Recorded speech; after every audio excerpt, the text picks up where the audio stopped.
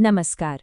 रामायण की कहानी में एक ऐसा मोड़ आता है जहां 3 फैसले एक साधारण से वनवास को एक महान यात्रा में बदल देते हैं। आज हम उसी कहानी की गहराइयों में उतरेंगे कि ये सब कैसे हुआ। जरा सोचिए उस अयोध्या के बारे में। वो शहर जहाँ की गलियों में कभी उत्सव की लहरें उठती थीं, आज वहाँ खामोशी का समंदर था। सबकी आंखें खुली तो थीं, पर उनमें कोई रोशनी, कोई उम्मीद नहीं थी। क्यों? क्योंकि पूरी अयोध्या ने वो खबर सुन ली थी, राम वन जाएंगे। तो कहानी का पहला हिस्सा यहीं से शुरू होता है, अयोध्या के इस खामोश दुख से। एक ऐसा दर्द जिसने पूरे राज्य को अपनी गिरफ्त में ले लिया था। और यहाँ ना एक अजीब सी तस्वीर दिखती है। एक तरफ देखिए राम को, अपने कमरे में एक योगी के तरह एकदम शांत बैठे हैं, मानो आसपास की राजसी चीजों से उन्हें कोई फर्क ही नहीं पड़ रहा।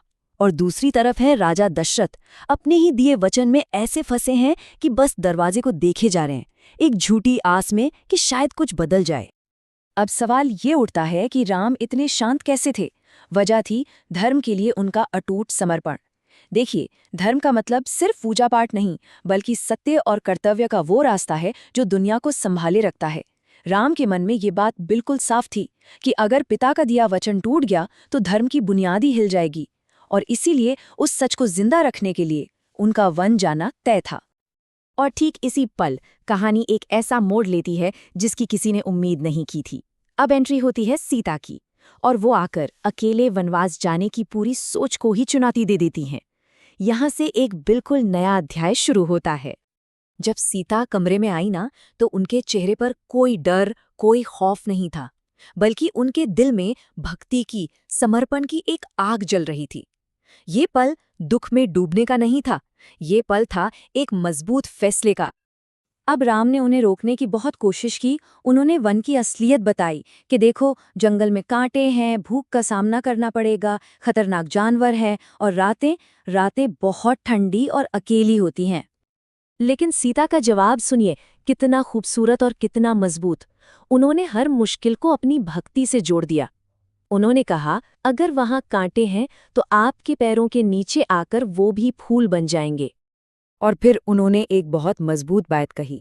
उन्होंने पूछा, क्या धर्म सिर्फ पुरुषों के लिए है? एक पत्नी का धर्म तो अपने पति के साथ रहने में है।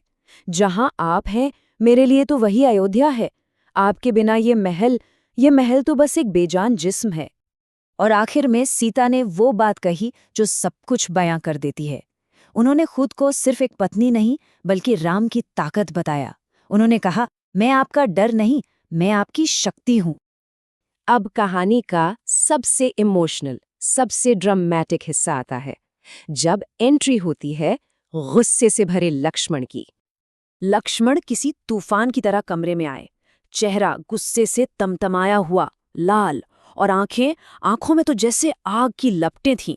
इस नाइंसाफी को देखकर उनका खून खौल उठा था।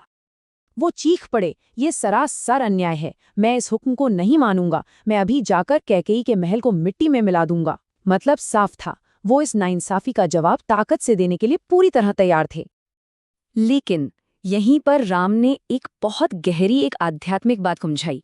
उन्होंने लक्ष्मण को शांत किया और कहा, लक्ष्मण, असली दुश्मन बाहर नहीं, हमारे अंदर होता है। हमारा गुस्सा, वही तो हमारे मन का रावण है। सोचिए, कितनी बड़ी बात कह दी उन्होंने। मतलब गुस्सा वो अंदर का दुश्मन है जो इंसान को वनवास नहीं, बल्कि अंधेरे में धकेल देता है। राम की इस एक बात ने लक्ष्मण के पूरे गुस्से को एक नई दिशा दे दी।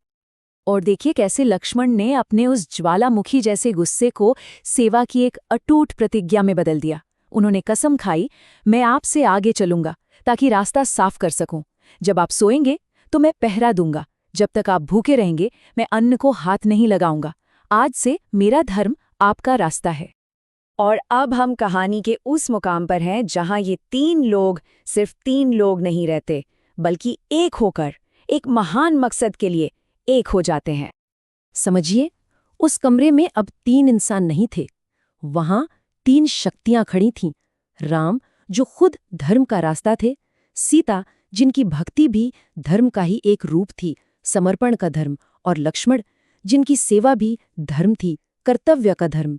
और जब धर्म, भक्ति और सेवा ये तीनों एक साथ चल पड़ते हैं तो वो सफर एक पूरे युग की कहानी बदल देता है।